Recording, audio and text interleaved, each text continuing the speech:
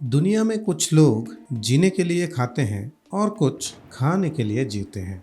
मैं उनमें दूसरों में आता हूँ। मेरे इस वाइल्ड लाइफ फोटोग्राफी सफ़र में जितना मुझे वाइल्ड लाइफ फोटोग्राफी में इंटरेस्ट होता है उतना ही उधर के लोकल डेलिकेसीज में भी। पिछले साल जब मैं अंबोली गया था वो मेरा पहला विजिट था। जो भी मैं रिसर्च किया था वो सिर्फ और सिर्फ वहाँ के फ्लोरा और फोना के ऊपर था। और जिस दिन हम पहुँचे उस दिन के दोपहर का खाना था तो बहुत लजीज, मगर उसमें एक ऐसा आइटम था जिसका स्वाद मैंने नहीं किया था। Mainly I was hesitant to have it because of its name. जिस इंसान को बचपन से खटास से नफरत हो, जिसकी सासू माँ हर चीज़ में खटास और डाल के नफरत और बढ़ाती हो, उसको अगर एक रेसिपी के नाम में कढ़ी जुड़ा हो वो उसको टेस्ट तो छोड़ो देखेगा भी नहीं। उसी दिन रात के खाने में जब मेरे सब साथियों ने उसका इतना तारीफ़ किए तो मुझे उसकी एक घूंट तो टेस्ट करना ही पड़ा। और उसी एक घूंट से स्वर्ग के द्वार खुलेंगे ये मैंने सोचा भी नहीं था। महाराष्ट्र के मालवनी खाने की एक महत्वपूर्ण डेलिकेसी और मेरे दूसरे साल फिर से अंबोली जाने का सबसे बड़ा मोटिवेशन, सोल कढ़ी।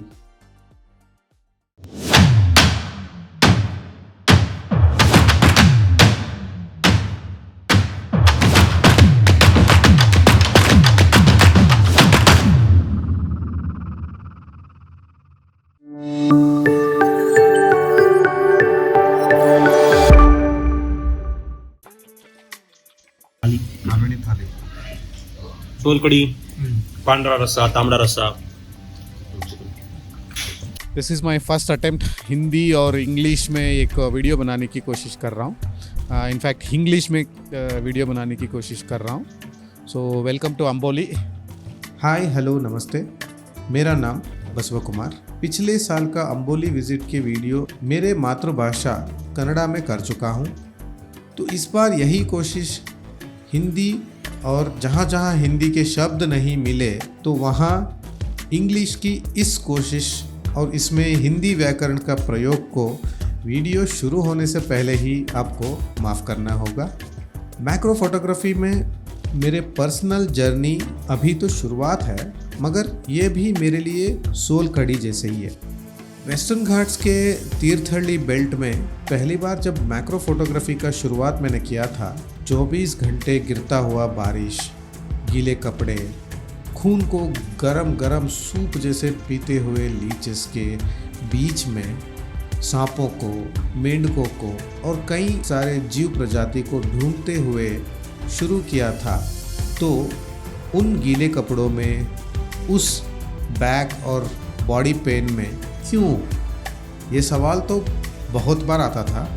मगर जैसे ही कोई प्लांट हॉपर, स्पाइडर, स्नेक या फ्रॉग मिले तो क्यों नहीं जवाब भी मिल जाता था। एक मानसून के बाद दूसरे का वेट मुझे अंबोली के एक मील्स के बाद दूसरे मील्स के जैसे ही था। वेट होता था उस सोल कढ़ी की टेस्ट का और एक्सपीरियंस का। तो फिर एक और बहाना चाहिए था मुझे अंबोली भागने के लिए, और मिल भी गया। ऐसे शुरू हुआ हमारा दूसरा 600 किलोमीटर के सफ़र अंबोली के सांपों को और बांदा के ओरिएंटल ड्वार्फ किंगफिशर को ढूंढते बेंगलुरु से 4 अगस्त 2023 सुबह 3:30 को। हमेशा की तरह इस बार भी हमारे होली ट्रिनिटी के तीसरा सदस्य गुरु हाथ दे दिया था। मेरे और शशि के साथ इस बार सचिन और संदीप ज्वाइन कर चुके थे। For Sandeep it was his first ever macro expedition outside Bengaluru. Belgaum में पूरे विद्यार्थी जीवन बीता हुआ सचिन जी को हालांकि अंबोली पिकनिक स्पॉट हुआ करता था, मगर मैक्रो फोटोग्राफी के लिए इनका ये पहला विजिट था। That made I and Shashi seniors of this group. Kedar भाव क्या दिखाएंगे आज? बादलों से हमेशा भरा हुआ स्वर्ग अंबोली में पिछली बार की तरह हमारा स्टार गाइड केदार जादव जी हमारे इंतज़ार कर रहे थे। इस बार काका भिसे जी पूरा जिम्मेदारी केदार पर छोड़ दिए थे। And then Kedar and Amboli both never disappoints. I'm going to show you what are the stuffs we carry for macro photography in rainforest. This is my observation in last 2-3 years. The smaller the subjects are, the more equipments you carry. So let me start with my camera body. So Canon R5 along with Canon 100mm f2.8 1:1 macro lens, a flash Canon 430EX3 RT flash. It has 4 AA batteries, and I'll be carrying one more set of extra batteries. Both are rechargeable. Canon 100-400 telephoto lens as well. So the plan is to go on Sunday for Oriental Dwarf, Kingfisher photo shoot. I'll be carrying is Canon wide angle lens. This is a Canon 1635 f2.8 lens. I'll be carrying 2 extra pair of camera batteries, voice recorder, batteries, charger, flash triggers. One is a receiver and one is a transmitter. Remote trigger as well, circular polarizer and variable density filter, 3 to 7 stops. This is 82mm neutral density filter. So these are step down rings. The microphones, the head torch. Without this the night photography is nearly impossible. Memory card kit, poncho. This is a setup of radiant diffuser on the flash. Power bank of 3000 mAh.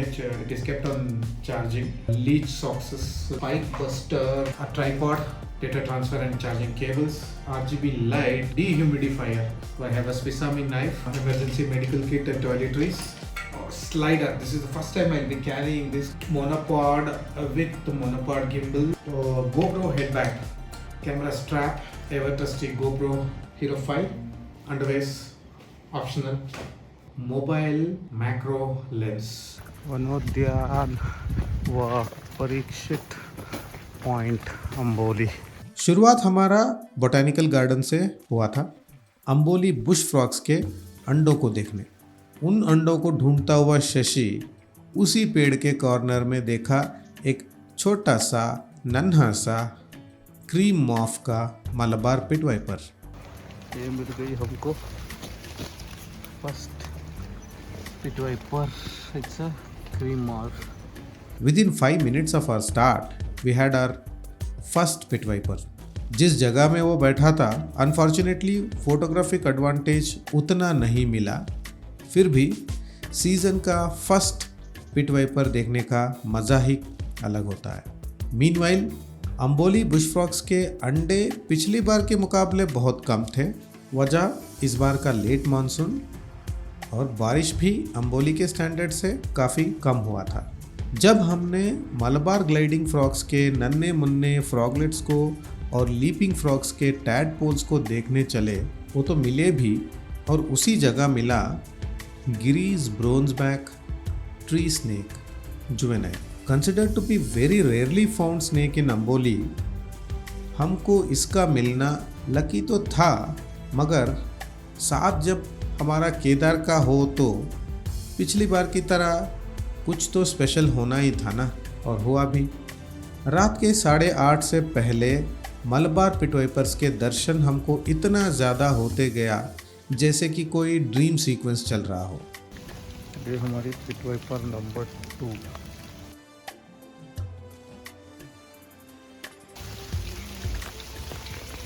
तो snake number 6, Malabar pit viper number 4। This is brown moth.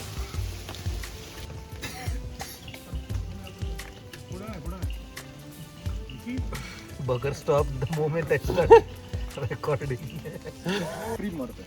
Cream juvenile actually babies असताना हाच colour असतो, right. नंतर ना ते strong colour पकडते, नंतर green तरी होतो, नाहीतर रेड तरी होतो. रेड म्हणजे ब्राऊन मध्ये. This is snake number 7, pit viper number 4. No, Snake number 8.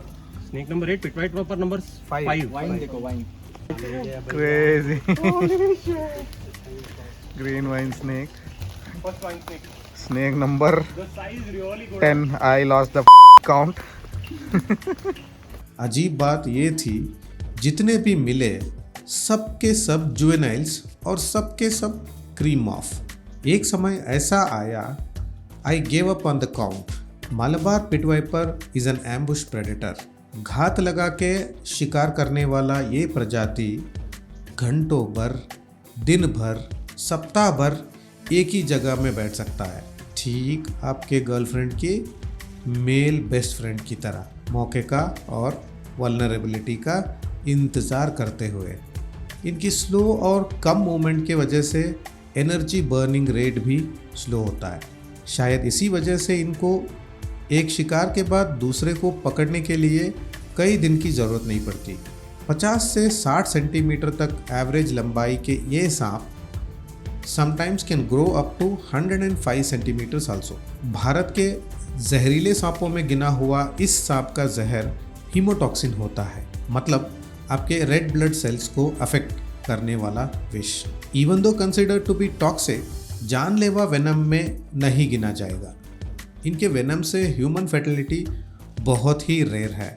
पश्चिमी घाटों के एक एपेक्स प्रेडेटर में गिना हुआ मालाबार पिट वाइपर अपने शिकार को उनके बॉडी टेम्परेचर से ट्रैक करता है। त्रिकोणाकार के इनके सिर में आँख और नाक के बीच में दोनों तरफ हीट सेंसिंग पिट्स शिकार के हीट सेंसिंग में सहायता करते हैं। इन पिट्स के मदद से ही सांप 0.001 डिग्री सेल्सियस का भी टेम्परेचर बदलाव को नोटिस कर सकता है।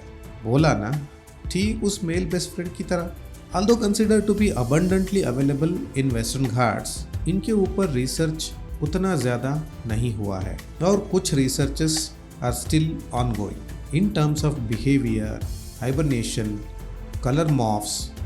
Malabar pit viper is still an enigma. क्या मिला केदार? इन क्रीम मॉफ पिट वाइपर्स के बीच में केदार हमको फिर से हमारा पिछले साल का एक और पुराना यार से मिलाया, Beddome's keelback. Beddome's keelback is totally harmless non venomous snake. और उसके बाद मिला another endemic beauty of Amboli, banded gecko.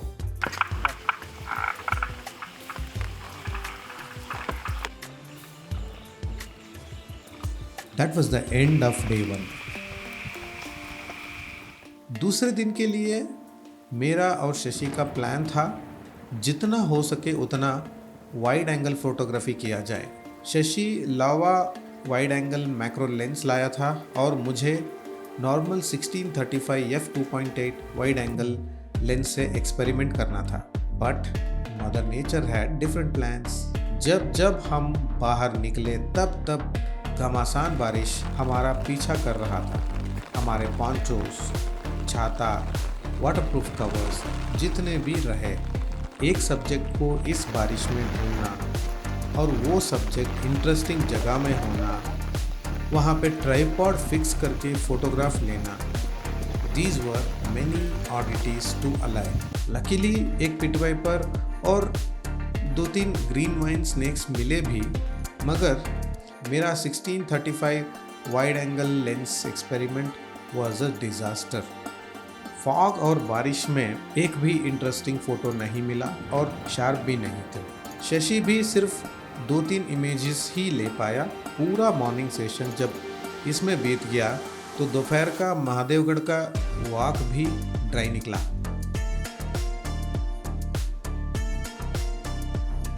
शाम को हम निकले रिंकल्ड फ्रॉग्स ढूंढने। जैसे हम फाइनल ट्रायल पे चलते जा रहे हैं, रास्ते में जा रहे हैं, तो एक चीज़ आपको नोटिस करने को मिलेगी। यहाँ पे हर एक जगह बियर की बोतलें, plastic rappers, cigarette PACS, chips की पैकेट्स इतने सारे मिलते हैं। यहाँ पे इतने सारे प्रजाति है जो सिर्फ और सिर्फ अंबोली में ही मिल सकती। It is so sad. Amboli is such a biodiversity hub.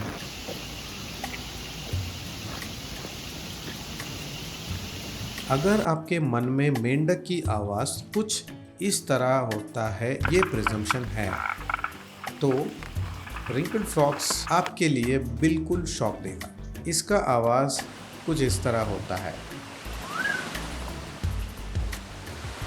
Wrinkle frogs में नर मेंढक ही ऐसे आवाज़ निकाल सकता है और बहती हुई पानी के स्ट्रीम्स के ऊपर के पेड़ों के पत्तों पे इनका एग्स डिपॉजिट होंगे। नर मेंढक हर दिन इन अंडों के सराउंडिंग्स ही जब तक वो हैच न हो जाए तब तक पहरेदार बन के इनका हिफाजत करेगा। Wrinkle frogs are also territorial in nature. अपने पत्ते का शेर है ये। This time not only we saw eggs on leaves but also on rocks. पानी के स्ट्रीम्स के ऊपर के पत्थरों पर ये पहली बार हमको इस पहरेदार को देखने को मिला।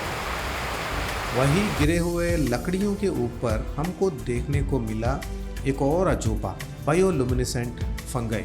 अपने सब टॉर्चेस और बाकी सब लाइटिंग सोर्सेस को बंद करके अंधेरे में 10 से 15 सेकेंड आपकी आंखों को एडजस्ट होने के बाद दिखेगा ये अजूबा। ऐसे लगेगा जैसे लकड़ियों पे कोई रेडियम लगाए हो। काश इसको कैमरा में रिकॉर्ड कर पाता।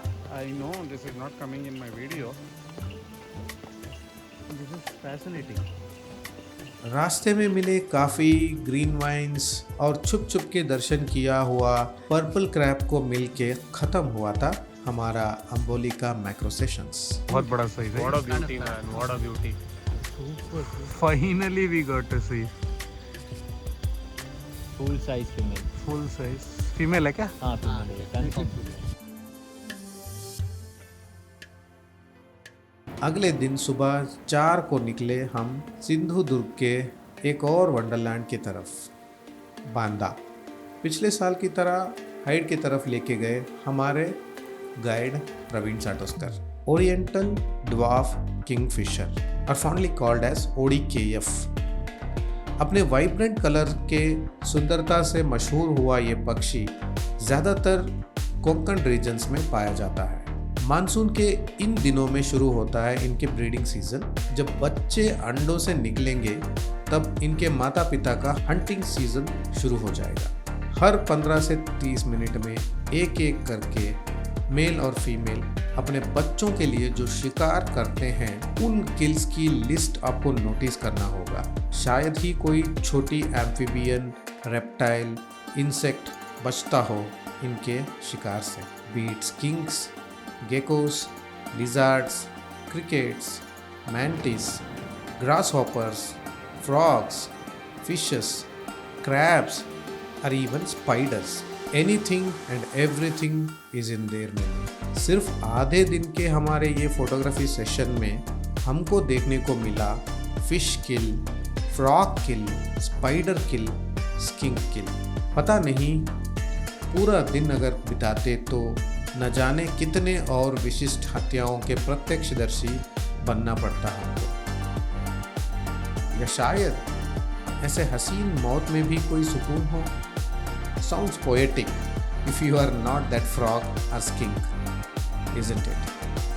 अंबोली, बांदा और सोलकढ़ी, ये हमारा बंधन शायद अटूट बन गया है। धन्यवाद।